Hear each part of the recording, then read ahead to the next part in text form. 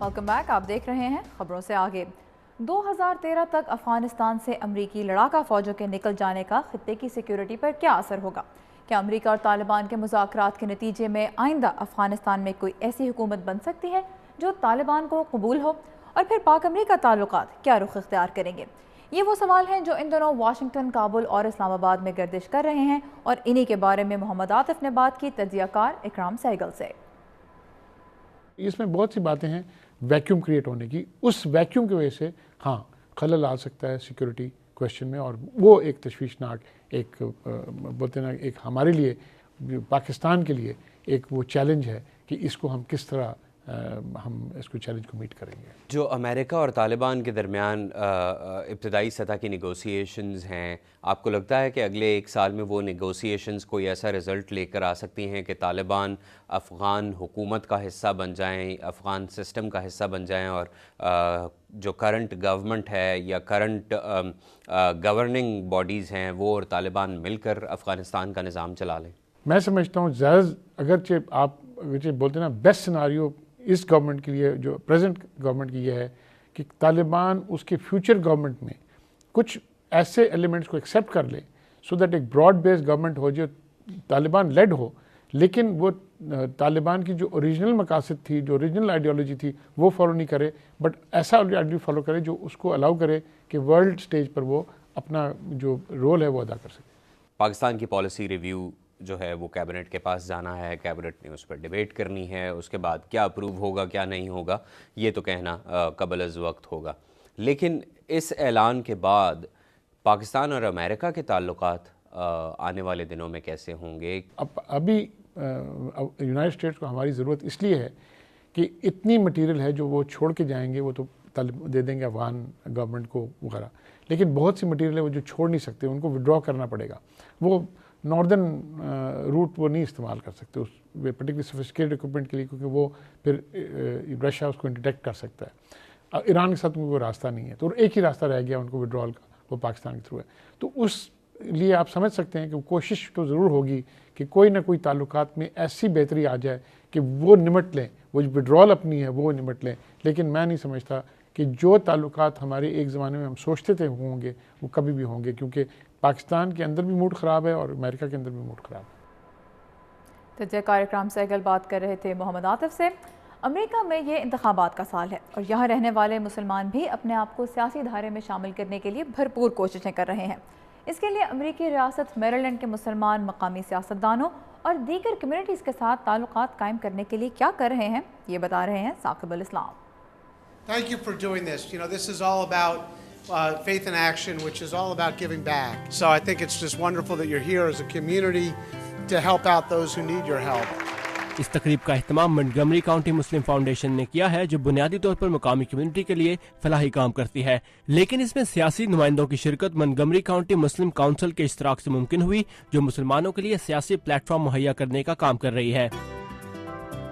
Montgomery county مسلم council جو ہے وہ پولیٹیکل سرگرمیاں جتنی بھی ہیں ہماری کاؤنٹی میں، ہماری اسٹیٹ میں، اس کو پرسو کر رہی ہے. اور منٹگمری کاؤنٹی مسلم فاؤنڈیشن جتنے ہمارے سروس پروجیکٹس تھے، جیسے فوڈ ڈرائیو ہے، ذبیحہ ہے، ہالیڈے گفٹ ہے، یا شیلٹر میں کھانا وغیرہ دینا ہے.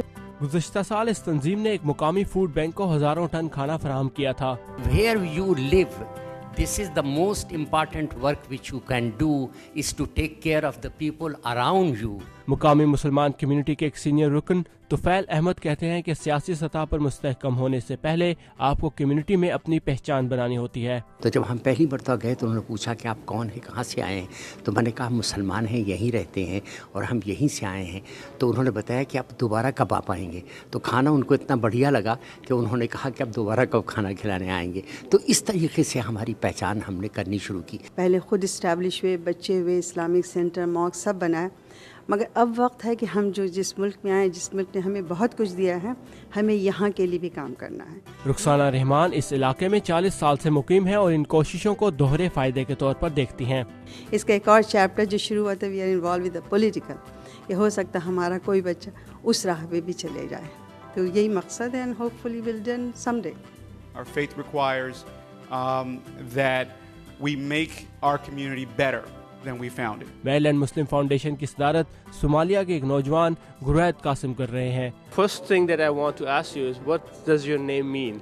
It's a very unique name. I never heard of it before. Well, it's a Somali name. I'm from Somalia. So Guled means, closest thing to it is victor. And Qasim is a normal Arabic Muslim name that everybody has. So that's it. It's very common in Pakistan as well. Yeah. گرید کا کہنا ہے کہ اس طرح سے نہ صرف یہاں کے مقامی لوگوں سے بات چیت کے راستے پیدا ہو رہے ہیں بلکہ سیاسی رہنماؤں کو بھی ہماری کمیونٹی کی طاقت کا اندازہ ہو رہا ہے. Tell us about your involvement with the Muslim community in the greater Montgomery County area. Well, the Muslim community is getting more and more active with elected officials. اس تقریب میں شرکت کرنے والے مختلف عوامی اور سیاسی نمائندوں نے بھی مقامی مسلمانوں کی ان کوششوں کو سراہا. The Muslim community is active throughout the state of Maryland as well as in Montgomery County. Very proud of this dinner and very proud of our Muslim population and the great work they do for Montgomery County. Our goal is to make Montgomery County the model multicultural community in America. Thank you. جبکہ مسلمان community کے اراکین کا کہنا تھا کہ عوامی بھلائی کی ان کوششوں سے انہیں مقامی کمیونٹی میں مسلمانوں کو فعال بنانے کے ساتھ ساتھ سیاسی سطح پر بھی نمایاں ہونے میں مدد ملے گی. Saqib ul Islam, Urdu VOA، Rockville, Maryland. آواز دوست انعامی مقابلہ، میری کہانی. بہت ڈر لگتا ہے تو بچے لوگ کو مارتے ہیں، ایسا کرنٹ لگاتے ہیں. منتخب کہانیوں کو ہم آپ کی اپنی آواز میں اردو ریڈیو اور ویب پر سنوائیں گے. ہر ماہ 3 منتخب کہانیوں پر بڑے انعامات دیے جائیں گے، لیکن پروگرام میں نشر ہونے والی ہر کہانی کسی نہ کسی انعام کی مستحق ہوگی. کہانیاں بھیجنے کے لیے پاکستان میں ہمارا پتہ ہے میری کہانی، Voice of America Urdu service, PO box number 1353 یعنی 1353 اسلام آباد، پاکستان. مزید تفصیلات کے لیے urduvoa.com. اب لیتے ہیں ایک چھوٹا سا بریک. اور کیا آپ جانتے ہیں کہ ڈاکٹر آپ کا بلڈ پریشر صحیح طریقے سے لے بھی رہے ہیں یا نہیں؟ یہ سوال پوچھنا کیوں ضروری ہے؟ دیکھیے اس بریک کے بعد.